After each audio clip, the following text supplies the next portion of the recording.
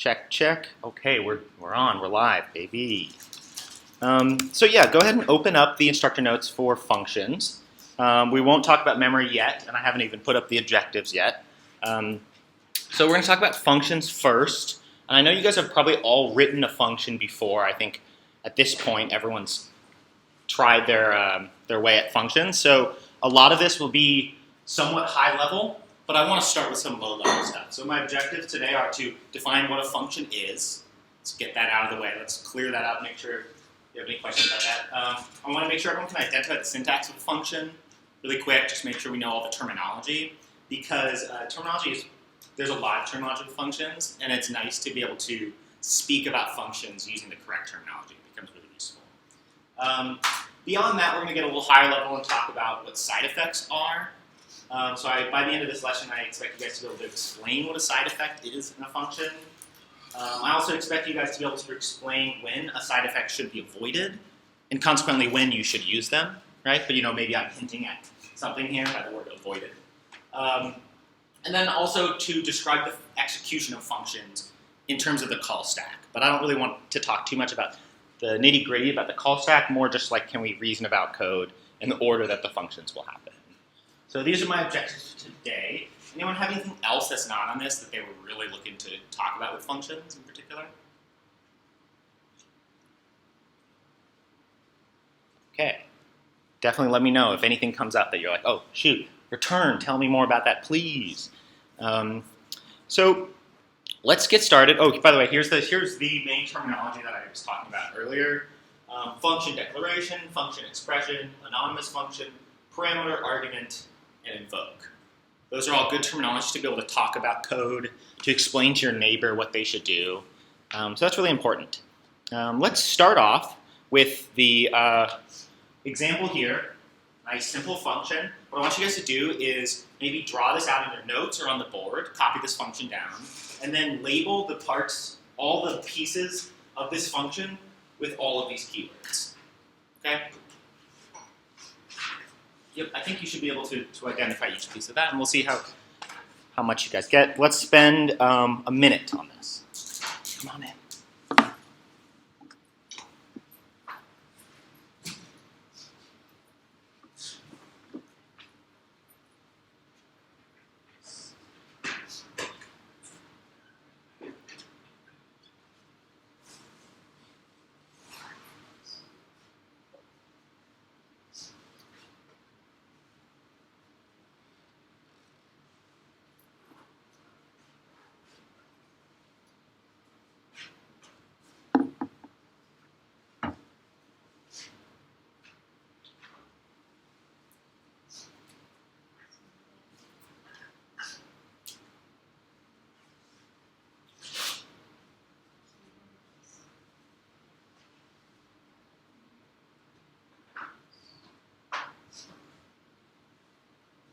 Point to the numbers and say number 1, put an arrow to number 1 is.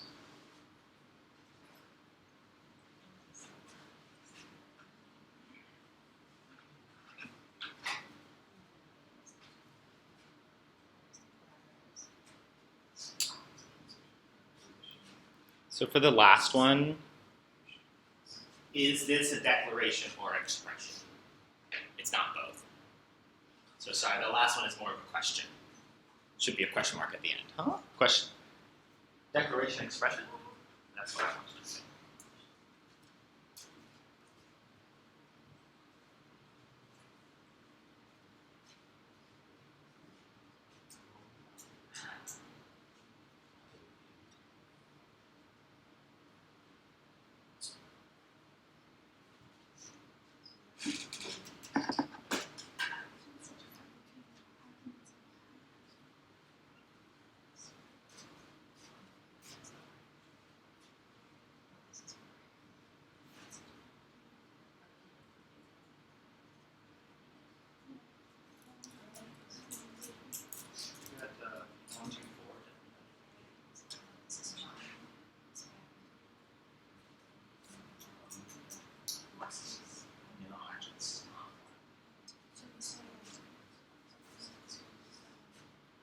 Right about 6.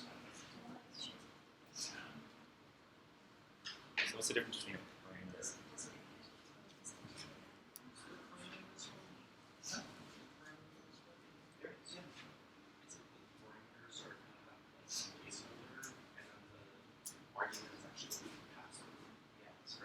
I'm not too specific on that distinction, but more just about identifying the terminology. So you might hear me mix those up. Okay, that's not usually if you look out. Yeah, exactly.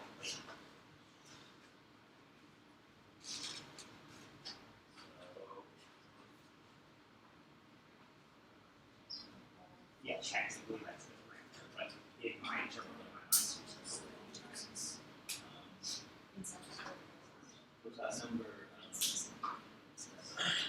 four.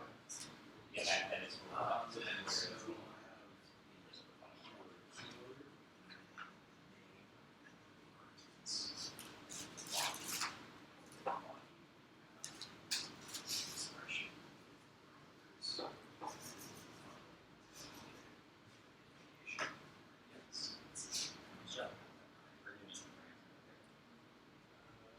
so is this a function declaration or a function expression?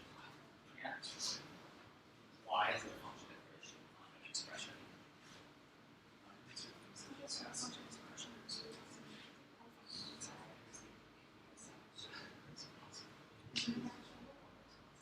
You do still have a keyword.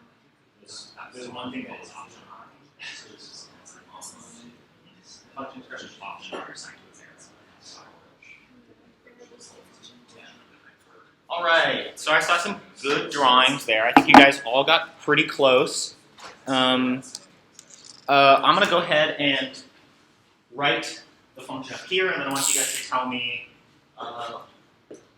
each of the numbers. So we got function.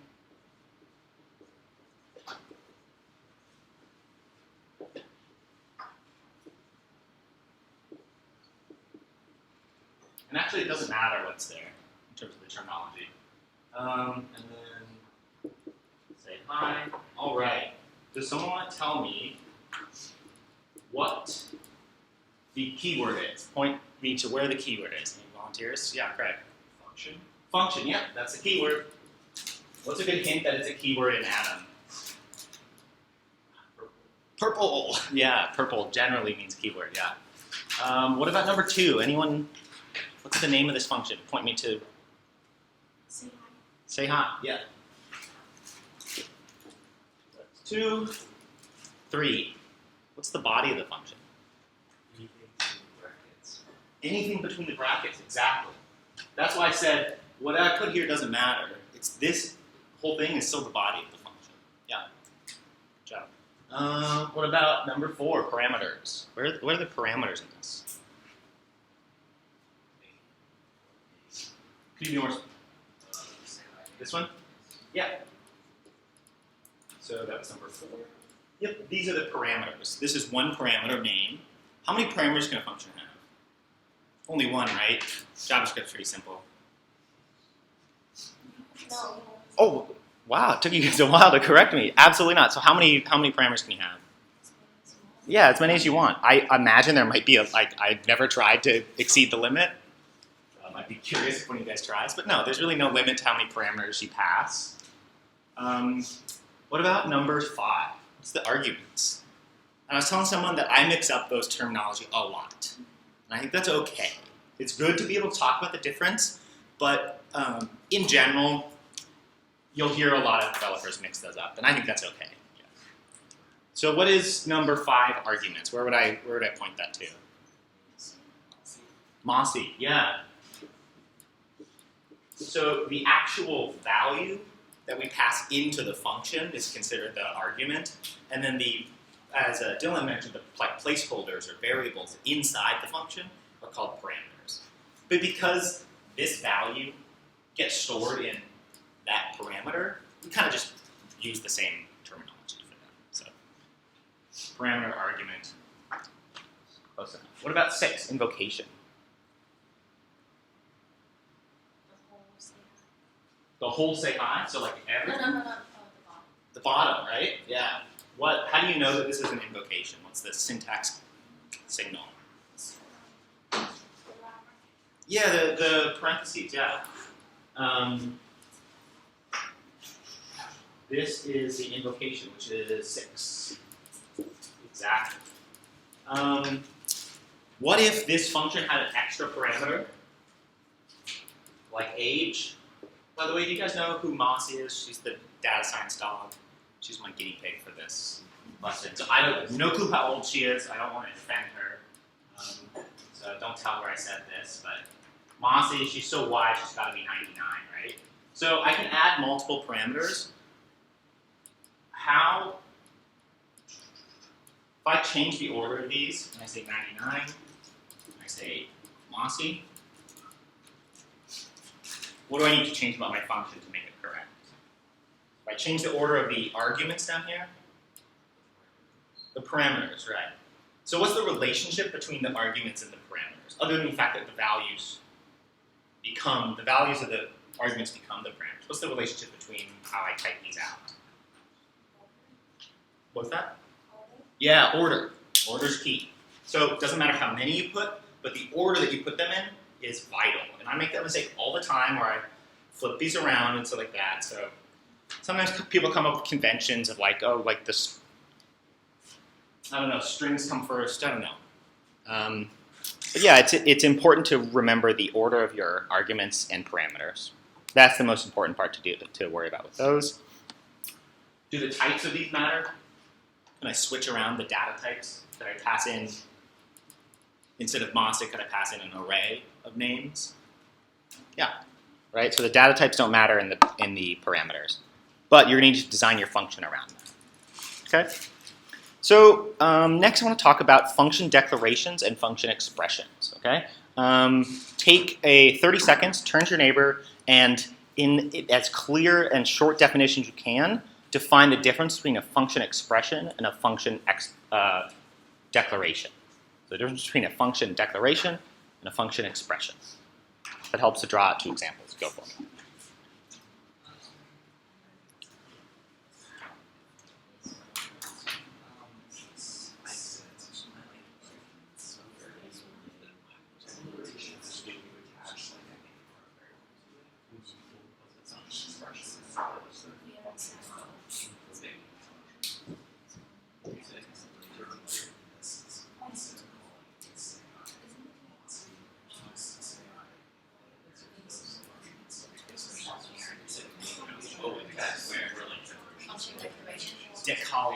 Yeah. Thank you.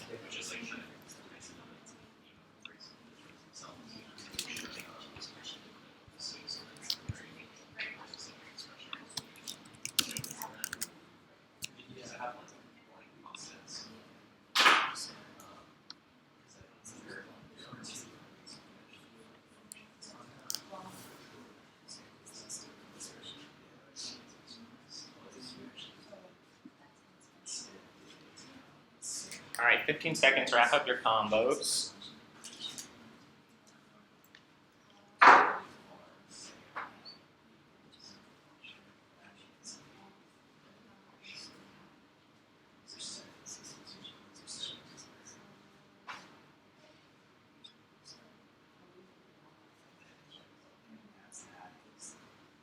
Okay, so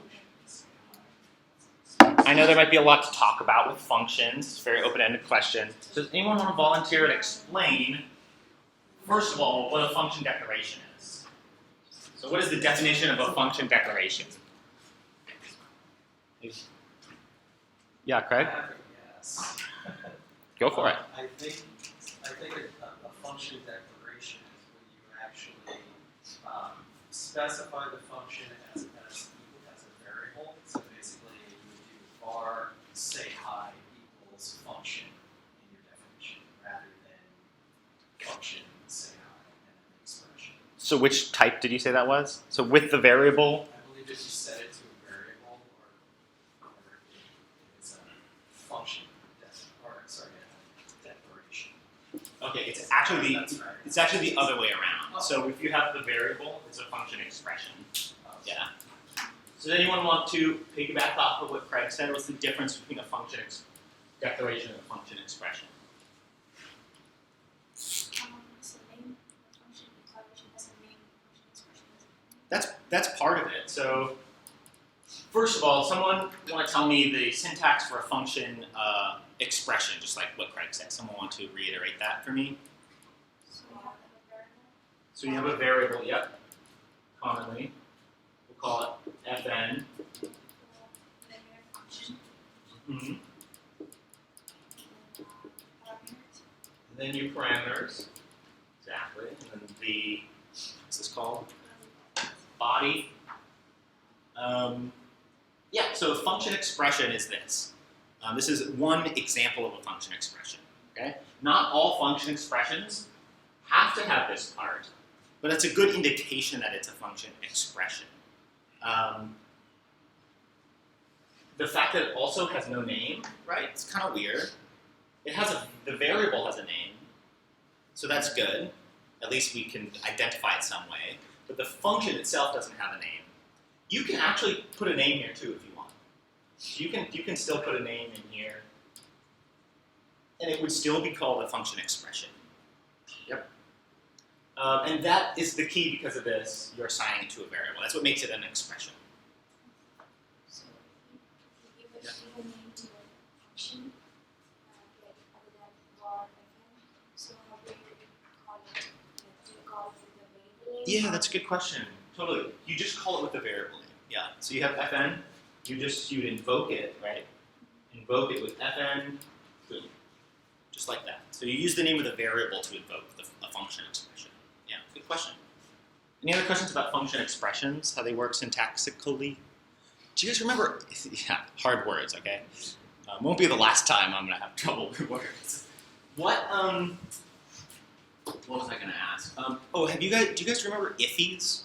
You guys remember reading about that? Ifs? Yeah, so let's talk a little bit about ifs.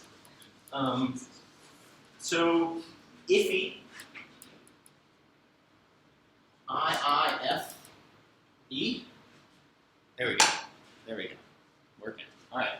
Does anyone remember what iffy stands for? Immediately invoke function expression. Immediately invoke function. You had that right away. Good job. And so did Surya. Was that you, Surya? Yeah, you guys are killing it. All right. So immediately, I'm not going to write all that out. Immediately invoked function expression. So it's a function expression, and it's invoked immediately. So what an iffy looks like, and I'll type this on the computer for any of those looking at home. A function expression used as an iffy looks something like this. So we have all right. So inside parentheses, we define a function. Doesn't have to have a name. We can put some body in there. That is valid syntax. That's valid JavaScript. So what we just created was a function expression inside of parentheses. And then we can immediately invoke it by putting a pair of parentheses around it. What is the undefined we just saw there? Where did that come from? There's no return value. Yeah, so what does a function return if you don't tell it to return anything? Undefined. Yeah, so functions are always going to return something. So if I went and said return hello in there, boom. So you might be asking, like, what's the purpose of this? Not relevant to today. But this is an example of a function expression. The reason people use this is for scope. So you're going to put a little note, like, useful for scope stuff, which we'll talk about next week. Okay? So there's a bunch of stuff about function definitions and expressions that relates to scope that is probably too deep to talk about today, but definitely happy to answer any questions. So this is an example of a function expression. It's also an example of an anonymous function. So in terms of terminology, if you see that the terms up at the top, I listed function declaration, expression, and anonymous function. This is an example of an expression that has a function with no name. I could give it a name. Actually, let's see what happens if I give it a name. What do you guys want to call this function? Say hi? That's a good name. I know, I wrote it. There we go. Still works, still invokes. Nothing else, nothing is wrong, right? This might give your stack trace more information by giving it a name. Not hugely important. If that makes sense to you, then great. If it doesn't, let's move on. Yeah, so this is an example of anonymous function, has no name. They're often also used in like events like a button click and stuff like that. We'll start using anonymous functions a lot in function expressions. So that's a function expression. What's a function declaration then? So what I have on the board where I had previously was like this, like function fn equals function, something like that, right? Fn, we can say type fn, it's a function. So that's a function expression. Someone tell me what a function declaration is? So syntactically, what makes a function declaration different? You don't assign it to any variable, and that function is a name. So you don't assign it to any variable, right? And then the And then that function is a name, like function say hi, or the one you gave us. yeah, just like the one we gave us. Nice, you identified that as a function declaration. Totally. So this is a function declaration. Now, we've talked a lot about this difference between the two. The big difference, actually, I'd be curious, does anyone know what the big, other than how they look, they both work the same way. Like if I put code inside of those functions, that code is going to work the same way. You can still invoke them with the same syntax, right? So why do we have these two different syntaxes? So yeah, Craig? Does the first one allow it to be called as a global or window variable? You mean what do you mean by the first one? So the expression. Yeah, so again, it's the flipped actually. So you're hinting at something good though, so I like what you're saying. Craig is saying, and this is again relating to scope, just going to give you a little insight into this. A function expression like that can only be used right below its definition, right? You've created the variable right here. You can't reference the variable above where it's created, right? Function declarations, however, get what's called hoisted to the top, and you can use them anywhere. So it's both a blessing and a curse, right? We'll talk a bunch more about scope, but if you want to stick to one, I like function declaration. I think they're a little quicker and easier to write. So if I'm just writing a function and I just want to start using it, I'll just go to function declarations. They're nice and quick to do. But there are scenarios, it's just the scoping of them that's different, really. That's the only big difference. So it's something to keep in mind, but not something to sweat today. Cool. All right, function. I did not check off this, so I feel pretty confident in your guys' ability to identify the syntax. You guys nailed that. So,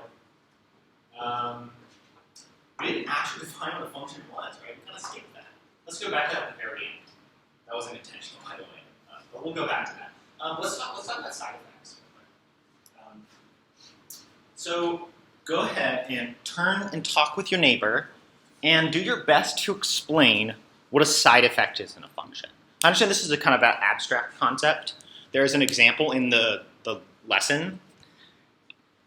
So under the functions checkpoint, not the checkpoint, sorry, under the functions, there is this one here, lesson 4, that has a link to Wikipedia about side effects. Maybe that's useful. I think it might be, but maybe it's a little high level. So do your best with all that information. Feel free to Google. Let's spend a minute or two on this. Talk with your neighbors. What is a side effect?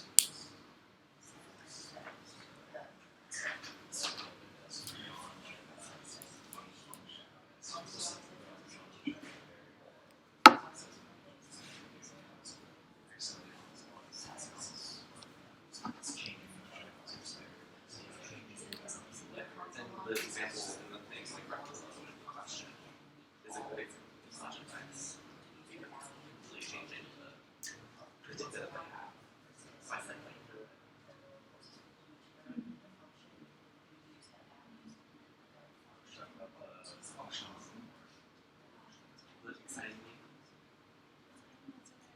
some examples of assessments too. Also, on just logs and like you can't reduce There's the a value. bunch of lots of different types of items.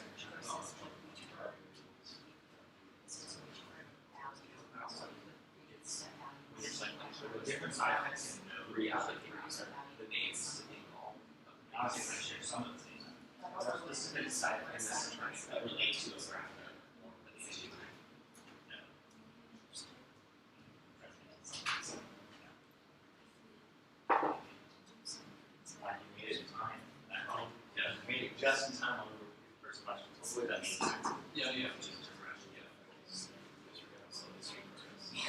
It really is. And if you miss one, then it's like that. Like it's here before this versus the class of things now. So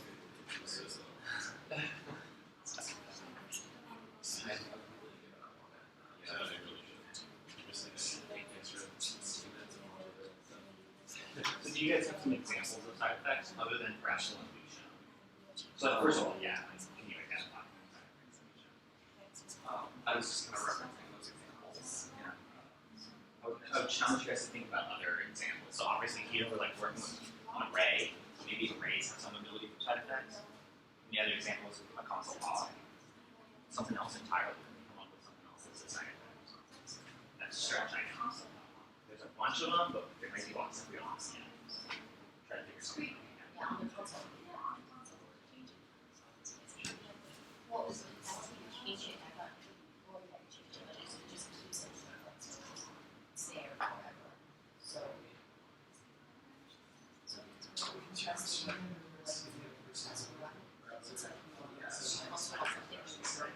It's always there. And then versus the function. Yeah. Change. Console often doesn't go away. Versus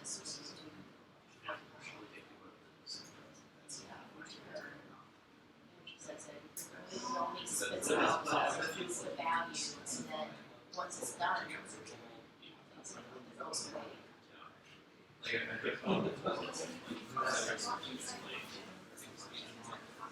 So no, way to do it is you can global keyword.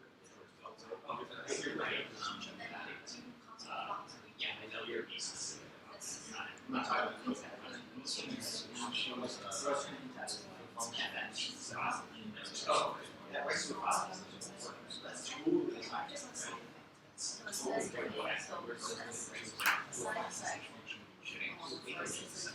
Yeah.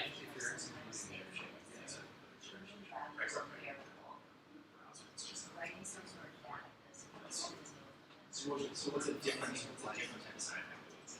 Because if it's right hypothesis, that's exactly what it's expression. So around it, you keep changing it to different essentially we're going to talk.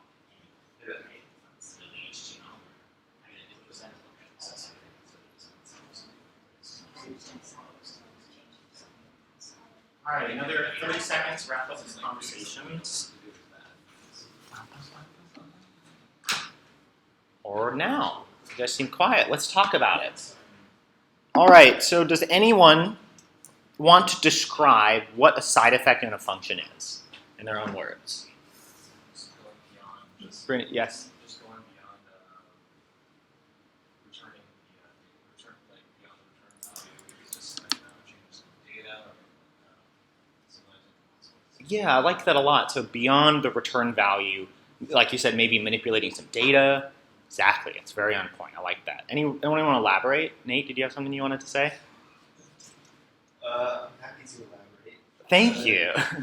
I think it's something that affects state outside of the function. Yep, and I think that's more or less what the Wikipedia article said. It's like, you can pop it open. Ooh, doesn't that look, all that text. Great way to learn. There you go. It modifies state outside of its scope, aka outside of the immediate function itself, right? Yeah, exactly. Thank you, Nate. Good definition. Anyone want to talk about some examples in JavaScript that are side effects? So what's an example of a side effect that we use all the time? Console log. Yeah, why is that a side effect?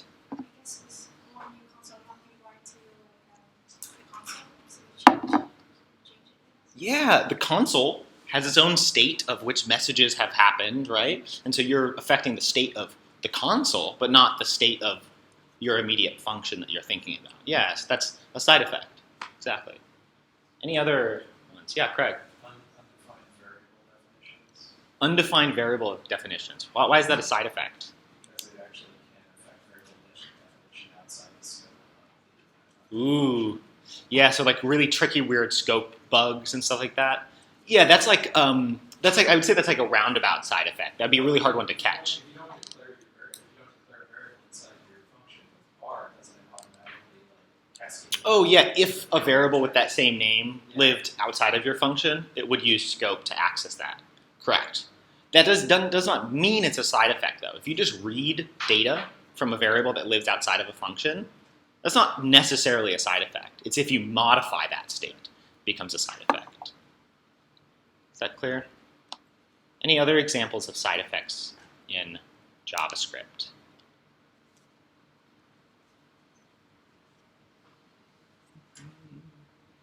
Okay. So yeah, any modification of state would be the case. One of the other examples, which we haven't really talked about the DOM yet, but anytime you're going to be manipulating or working with the HTML, the browser, and like the DOM, like making a button explode when you click it, right? That's a side effect. That's something that happens on the web page, but isn't happening in your function necessarily. So anytime you touch the DOM, do anything with HTML, CSS, or if you're talking about Node, anytime you like write to the file system, talk to a database, those are all side effects, right?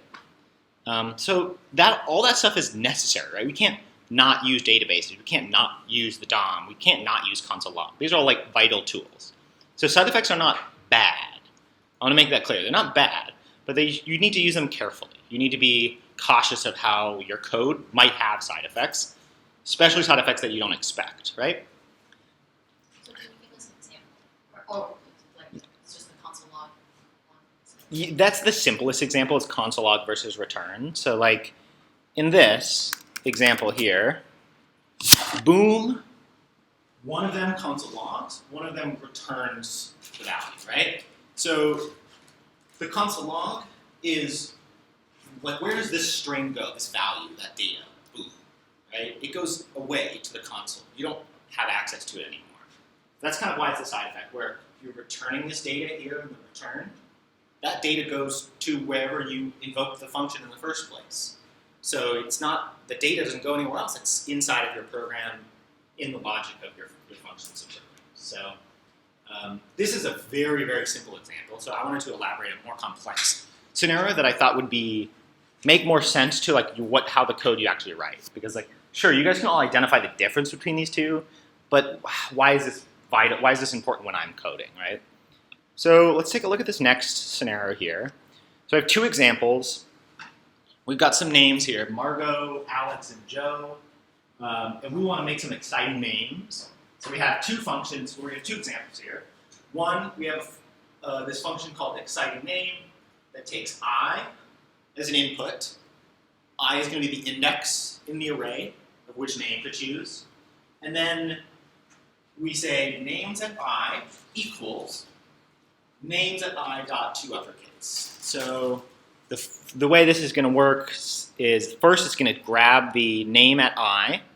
So if we're using index 1, which name are we going to be looking at?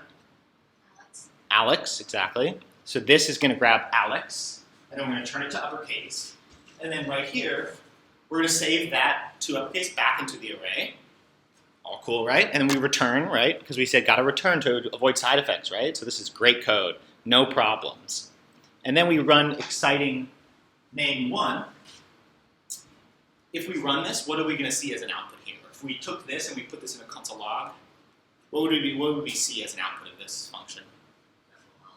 Capital, all caps Alex, right? Yeah. And we can actually see that if we like copy this code.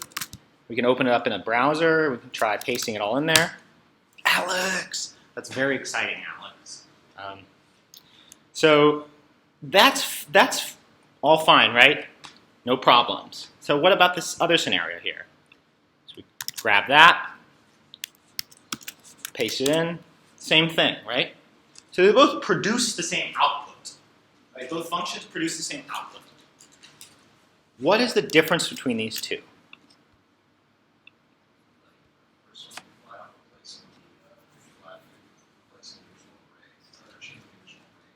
We're changing the original, a value in the array. Yeah. So right here we are modifying the array. Yep. And we are not doing that in the other one? Correct. So why might this be a bad idea? So go ahead and turn and talk to your neighbors. Look at this code. I'm already hinting that perhaps this top one is a potential problem, right? The bottom one is not a problem. So which one of you guys think, which one of these do you think has a side effect? The first one, right? Why does this first one have a side effect? So it's changing the original array. It's changing the original array, and that array lives outside of the function. So that's key. If this array was inside the function, I'm not sure you would consider it a side effect necessarily. So the state, the data, lives outside of the function, but this function goes ahead and messes around with it. That's a side effect, right? So go ahead and turn and talk to your neighbors. Explain why this could get you into trouble, and which one you would prefer in which circumstance. Okay?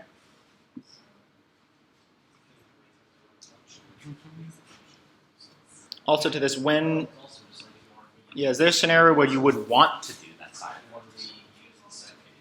Use this just like erase a function, like like we say that that's almost like we want to print all people like just use one person name it all text.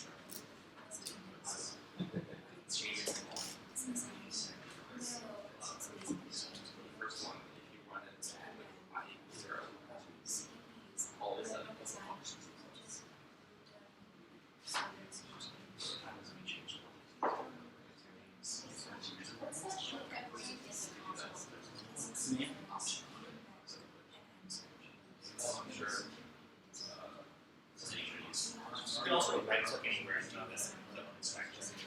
What I do is you change the pass rate.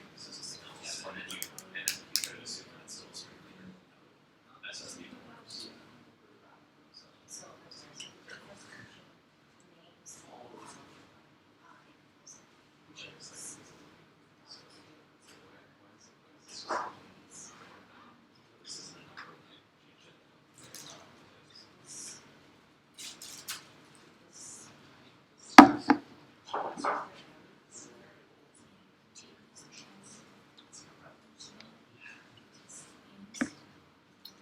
All right, wrap up your conversation. Another 15 seconds. 30 seconds.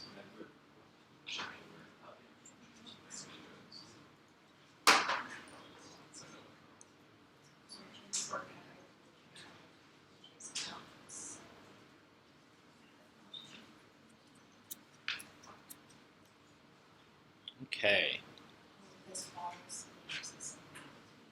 So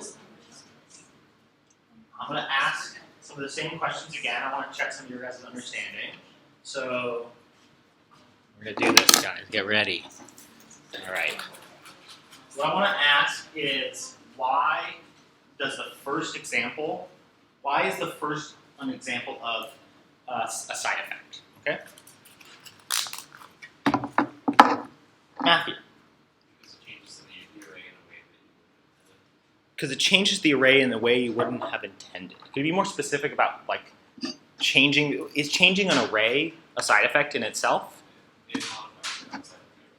It modifies it outside of. Could you be more the function modifies the array. Yeah, and specifically, the array is above, defined above, perhaps used elsewhere. Yeah, so because the function modifies that array, and that array exists outside of the function, it could be a very bad side effect. It is a side effect. Yeah, thank you. Nice. So which one would you guys choose? Which one would you rather use? The second one, yeah. Brandon, why would you like to use the second one? What? Essentially, that's the same result. Like, I guess both can give the same result, but like at the same time, like it's the original array intact. Yeah, why is it important to keep this original array intact? In case you want to use it again in the future. In case you want to use it again in the future. Yeah, totally. That's key. A lot of times, you know, these names is important. You want to say like hello, and you don't want to scream at them in all caps for the rest of their life on your website, right? So turning their name to all caps permanently might be a very bad idea. You want to send a professional email out, all of the above. Yeah, so I feel pretty good. I think you guys did a great job of explaining what a side effect is.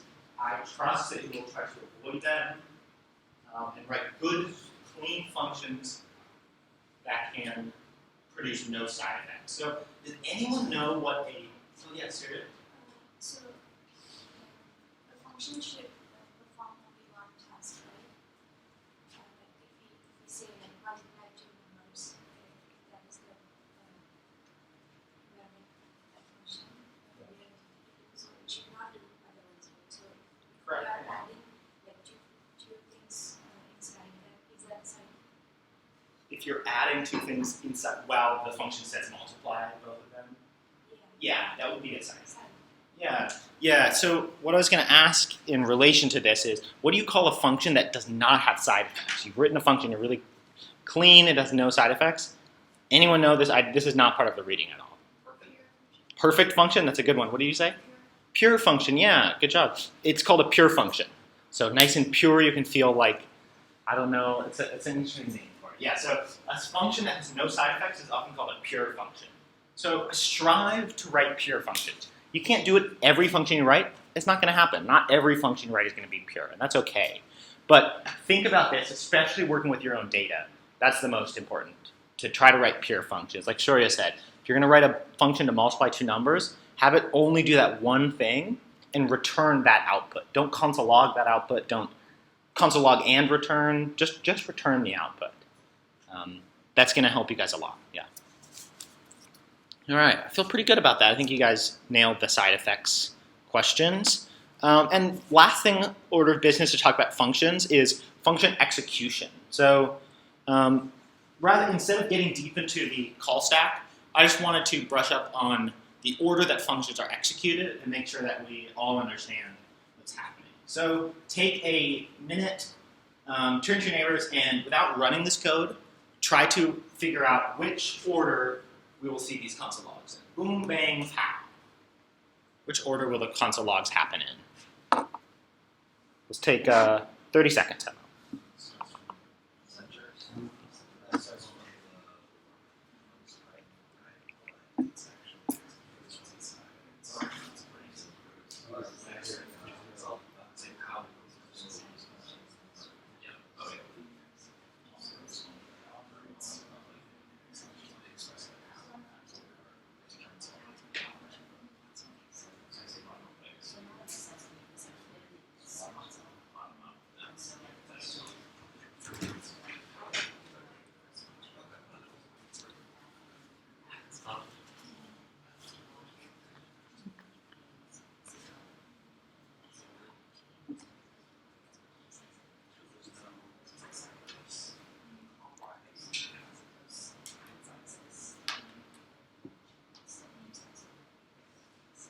Okay. Hopefully that's enough time to figure this one out. Someone want to volunteer. What order will these happen in? What's the order that we're going to see these console logs in? Who's going to come first? Sorry, what was that? Pow, bang, boom. Yeah. So why is pow going to happen first? We said boom first here. Yeah.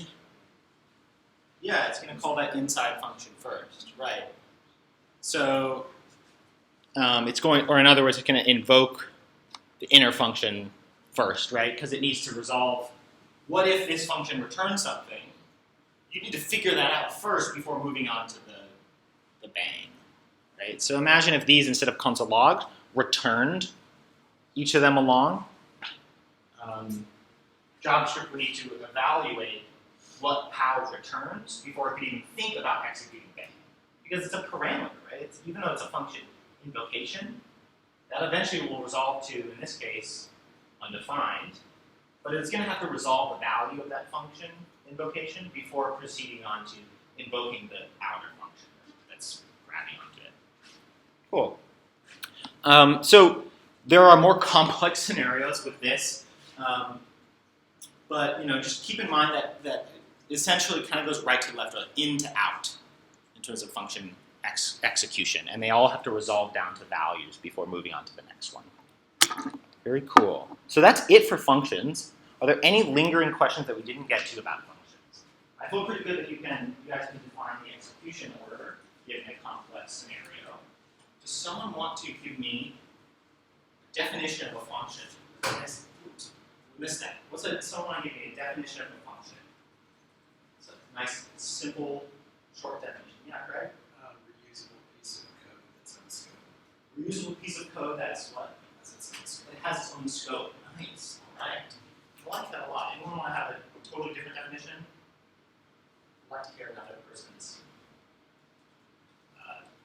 voice. I like to hear how people describe it. So what's another way to describe a function? Sit here until I hear one more. Block of reusable code. Block of reusable code. That's very similar to Craig's, but hey, it counts. Thank you. It's a block of reusable code. Another term, if you were talking to Roger, you would call it an abstraction. If you want to sound cool in front of Roger, he's the other instructor. You guys will see him shortly. It's an abstraction, right? So it's like we're taking an idea of like console logging, boom, right? We take that idea and we abstract it into a function with a name. It makes more sense when perhaps it's a more complex operation like this, right? We're abstracting this idea of what it means to be an exciting name into a function. And all we have to do is call that function, and it knows what an exciting name means, and it'll apply all the right modifications. Awesome. Thank you, guys. Great job.